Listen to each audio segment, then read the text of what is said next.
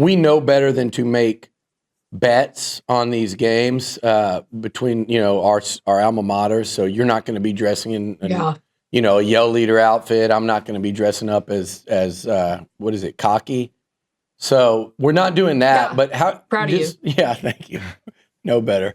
Give me your thoughts kind of on this one coming in. I know it's what the records are, but I'm sitting here looking at Lenora Sellers and a bye week and a new OC. It just feels it's a little trickier than just looking at the records, I feel like. Yeah, and that's life in the SEC, right? Like somebody asked me earlier this week, make a case for South Carolina going to College Station and making it competitive, which on paper it shouldn't be, right? Like what we've seen from both of these teams, let's be honest, like Texas A&M should be able to take care of this South Carolina team. That being said, that's what last year. And what happened last year, I thought, was one of the bigger shocks of the season with Texas A&M coming into Williams-Brice Stadium with such on the line. Obviously, injuries played a factor in that game a season ago, but crazier things have happened in the SEC is my point for South Carolina to potentially make some noise this season. We sat there preseason so much, we said the years of undefeated seasons are over. Well, A&M's sitting here knocking on the door of finishing a season undefeated. How realistic is it that could happen? Or will we see the classic you play in the SEC mix up, if you will? This could be one of those games. I don't even want to label it a trap game because the more I've gotten to know Mike Elko, the less I believe that trap game is even in their lexicon, if we're being honest. Billy, like we were there, what was it, week 2 for Utah State? Yeah. And I'm watching him on the sidelines absolutely get after these dudes. And it's a double-digit lead on Utah State in the third quarter.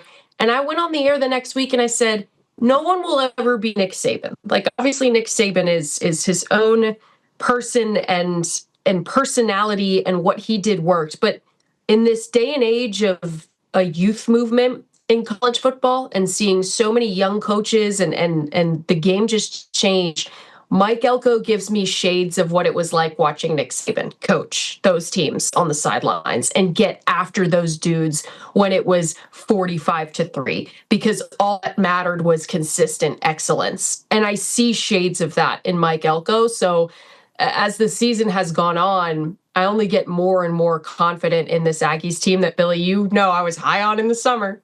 I predicted they'd be 10-1 going to Austin. Here we are. I thought the one loss would be LSU. So Alyssa, we'll see. I don't have high hopes for my alma mater, though. Well, good. Because you've been right this year, and this is the rare year, right, where you normally, Nuno, in the summer we all sit around and talk, and normally Alyssa likes to blame me for serving her the Kool-Aid and getting her overly hyped on A&M, and then so I'm normally getting the blame and probably rightfully so. But this year it was the opposite. It was you were higher. I picked them to go 9-3. Alyssa was higher on them than I think all of us were. Why was that? And then they've exceeded it. Now they haven't yet. It's not done. But I mean, even you didn't have them sitting in the top 5 all year. And so the question is, what made you high on them heading into the season? And then what have you seen this year that even for your standards, you go, okay, this is more than I expected? Yeah, having watched them up close and personal a few times last year, I remember feeling last year like Marcel Reed didn't quite get the respect that he deserved. And then obviously, like I said, starting the season and being there early, it was almost like a perplexed Mike Elko and the rest of the team for like, why is Marcel Reed not getting more national attention? But going back to July, when we were putting together all of our notes on all 16 teams, and I'm looking at who's coming back, it's so hard, and it's getting harder and harder to diagnose what we think a team could look like. With transfer portal additions, with the high school recruits that have been highly touted. And we all know what happens. Like, not every 5-star hits, right? Like, you could have a 4-star guy who you think is the crown jewel of your signing class, and it doesn't end up mattering.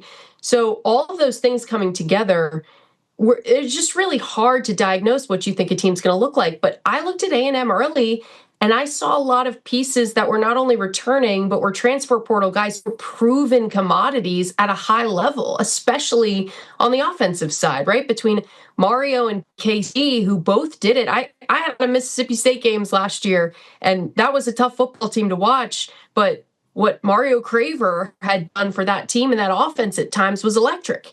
All right, that'll do it for the free part of this interview. For the extended version, please go to texags.com/subscribe and become a premium subscriber. And if you're a Texas A&M student, you can get that for free. So check it out, texags.com/subscribe.